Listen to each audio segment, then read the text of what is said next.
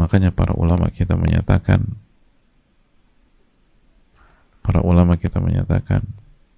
bahwa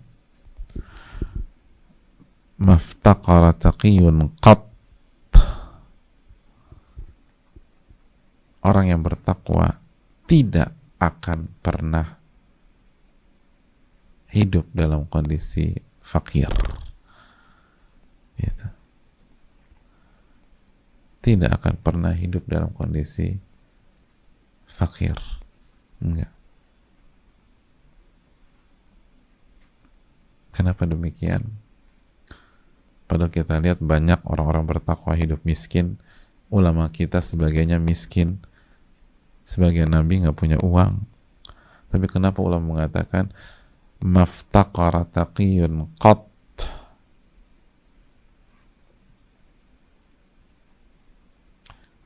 Setidaknya kita bisa sebutkan dua alasan. Yang pertama, bahwa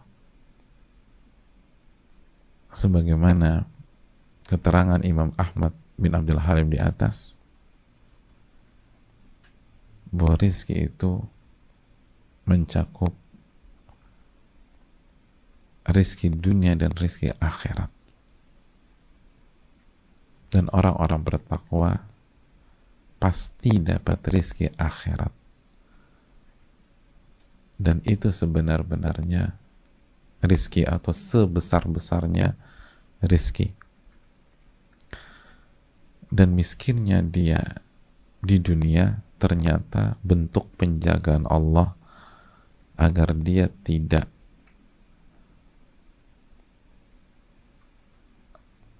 tergelincir pada harta dunia.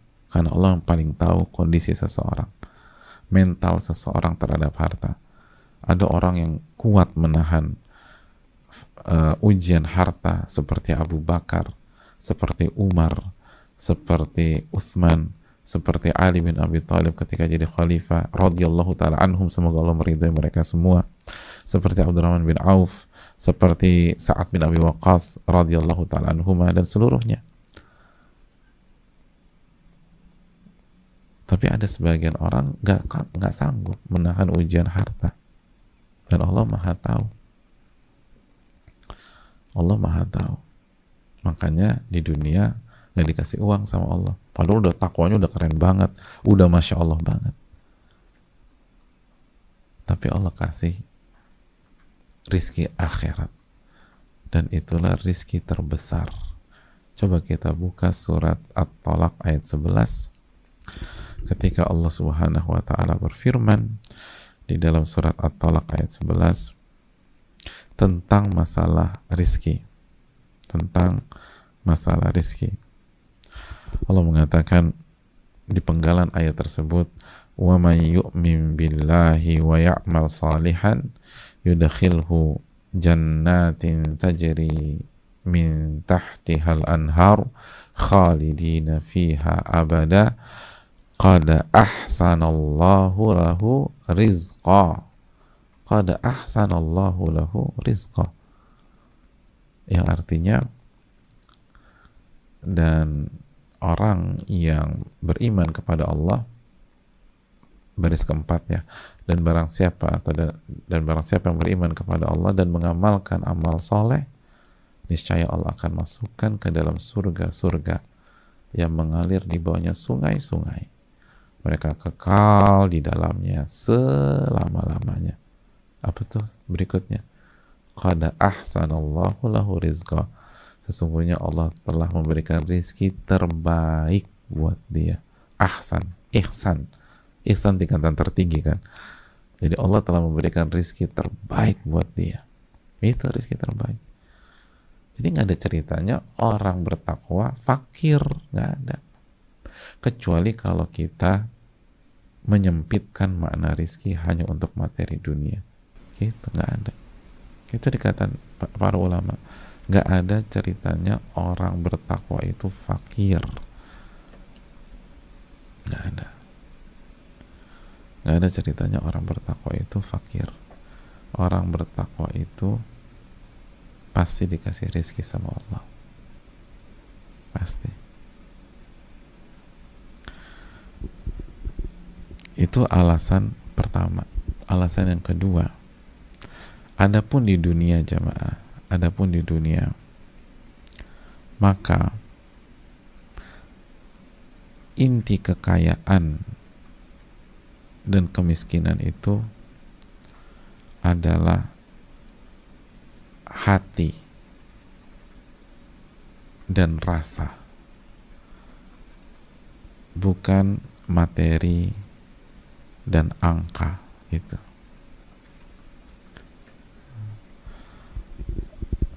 Jadi inti kekayaan itu adalah hati dan rasa,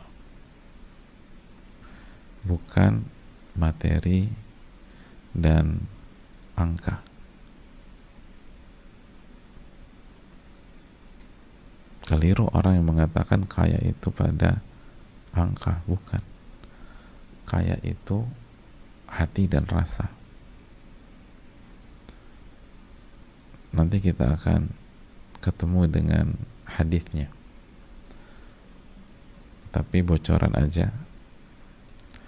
Laisal ghina an kathratil arad, walakinnal ghina ghina nafas.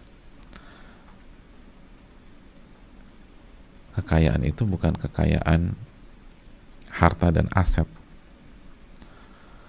tetapi kekayaan itu adalah kekayaan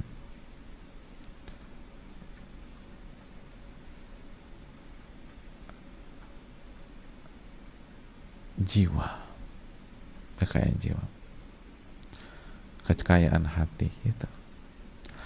Maka orang yang bertakwa nggak mungkin jadi orang fakir, karena jiwanya itu kaya walaupun nggak punya uang. Lihat nih, asal benar-benar bertakwa ya, bukan hanya penampilan aja, ia nggak akan ngeluh, ia akan optimis, ia akan tenang, ia akan nyaman. Lihat, padahal nggak punya apa-apa, padahal nggak tahu besok mau makan apa, nggak punya uang buat besok. Tapi kalau orang itu benar-benar bertakwa, yakin sama Allah, oh tenang, enak, bahkan lebih tenang daripada orang kaya secara materi. Lihat. Dan bukan berarti santai, enggak. Bukan berarti nggak berusaha, nggak berikhtiar, nggak punya effort, nggak berjuang. Enggak, dia berjuang. Tapi tenang aja dia. Karena hati yang kaya. Itu tadi. Orang min haitsu la yahtasib. Allah akan kasih rezeki dari arah yang nggak pernah mereka duga. Jangan berpikir materi terus. Orang berpikir rezeki itu materi. Enggak, Allah kasih kekayaan hati. Bisa jadi ke arah sana. Rizki nggak nambah, materi nggak nambah, tapi hatinya bertambah kaya. Wah, enak hidup kayak begitu. Hidup tuh nggak dikejar-kejar dunia, tapi tetap totalitas. Karena orang yang bertakwa tahu, innallaha yuhibbu idza amila ahadukum amalan an yutkina. Allah tuh senang kalau orang mengerjakan sesuatu itu totalitas, maksimum, senang. Tapi bukan dikejar-kejar dunia gitu loh. Nggak ada ketakutan, nggak makan besok, nggak ada. Karena kan mereka baca hadis. Orang bertakwa kan tahu dalil. Contohnya mereka tahu hadis Abdullah bin Mas'ud. Pernah dengar hadis ini nggak? Dalam hadis, faman talaba dunya talabatul akhirah hatta yudrikahul mautu fayakhudhahu. Barang siapa yang mengejar dunia, maka ia akan dikejar-kejar, dihantui akhiratnya sampai dia meninggal dan diambil nyawanya. Hidupnya nggak akan tenang. Orang yang kejar dunia itu dia kan, makanya kan banyak yang paranoid mati, paranoid, takut mati, tahu segala macam, nggak tenang. Pokoknya hidupnya takut aja, dan kejadian nanti mati dia. Dan sebaliknya, waman talabal akhirat, simak baik-baik penggalan berikutnya, waman talabal akhirata talabathu dunya. Dan barang siapa yang hidupnya mengejar akhirat, itu dunia ngejar-ngejar dia dari belakang. Masya Allah. Hatta yastawfiya minha rizqaha, sampai rizkinya dikasih semua oleh Allah Subhanahu wa taala. Jadi barang siapa yang hidupnya mencari akhirat, itu dunia ngejar-ngejar dia dari belakang. Ngejar-ngejar dia dari belakang. Kita lagi santai segala macam, tiba-tiba ada orang datang nawarin kontrak. Ayo dong mas, deal sama saya. Mbak, sign dengan saya dong mbak. Orang lain tuh jungkir balik nyari kontrak, jungkir balik nyari kesepakatan. Kita lagi santai, datang orang. Ayo dong. Kita kasih penawaran bagus deh. Asal sign. Semua terserah. Tapi saya nggak punya waktu nih. Terserah kapan mau dikerjain. Yang penting saya mau Anda yang megang proyek ini. Yang penting saya mau Anda yang menjalankan hal ini. Yang penting saya mau Anda yang ngatur semuanya. Tapi saya nggak punya. Yaudah kalau nggak bisa turun langsung, supervisor deh. Atau konsultan deh. Advisor deh. Pokoknya Anda harus ada di tim ini. Tapi saya sibuk, tolong. Saya tahu banyak orang kayak begitu. Itu yang saya tahu dengan keterbatasan saya. Apalagi yang lain, yang lebih pengalaman dan seterusnya. Banyak. Dan mereka punya benang merah, cari akhirat. Ketika cari akhirat, dikejar. Dunia ngejar dia. Sampai rezekinya dikasih oleh Allah.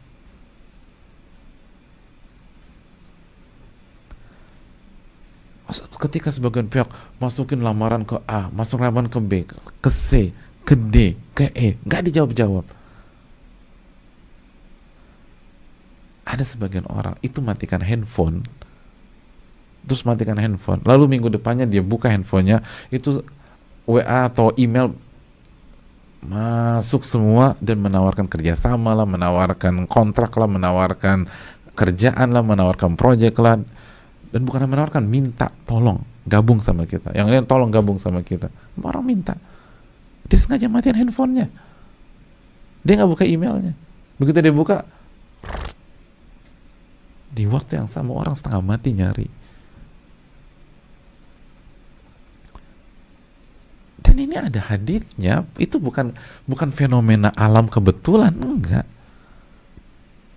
Dibawakan Al-Mundhiri dalam Targhib wa Tarhib. Barang siapa yang mengejar dunia, itu dia akan dihantui kematian. Akhirat nggak tenang dia, karena akhiratnya nggak ada. Dan nanti sampai dia mati dan diambil hidupnya. Dan barang siapa yang mengejar akhirat, dunia ngejar dia, ya Allah, dunia ngejar dia. Mohon maaf saya sudah resign, saya punya kehidupan, tolonglah mas, tolonglah, sekali ini aja, tolong kita lah. Kita nggak tahu ada orang yang lebih tepat dari Anda. Tolong mimpin lagi. Dipaksa, subhanallah. Padahal dia bilang enggak. Saya mau resign. Saya ada hal yang ingin saya kerjakan. Tolong sekali aja, sekali. Subhanallah. Orang pikir nggak masuk akal dan ini terjadi. Dan bukan 1-2 kasus. Mungkin sebagainya ada yang mengikuti kajian ini pada detik ini. Itu ada haditsnya. Lihat agama kita begitu luar biasa.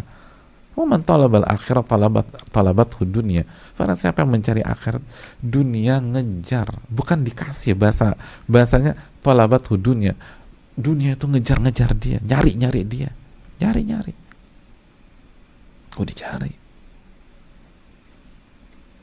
Dan yang perlu kita ingat, orang yang bertakwa kan itu tadi amanat, bukan ngasal, bukan kerja, bukan malas dengan alasan mau ibadah, bukannya nggak profesional dengan alasan akhirat, enggak. Orang bertakwa kan, lihat bagaimana Abu Bakar As-Siddiq, lihat bagaimana Umar bin Khattab, lihat bagaimana Utsman bin Affan, lihat bagaimana Ali bin Abi Thalib radhiyallahu ta'ala anhum. Mereka adalah para ahli takwa, dan di tangannya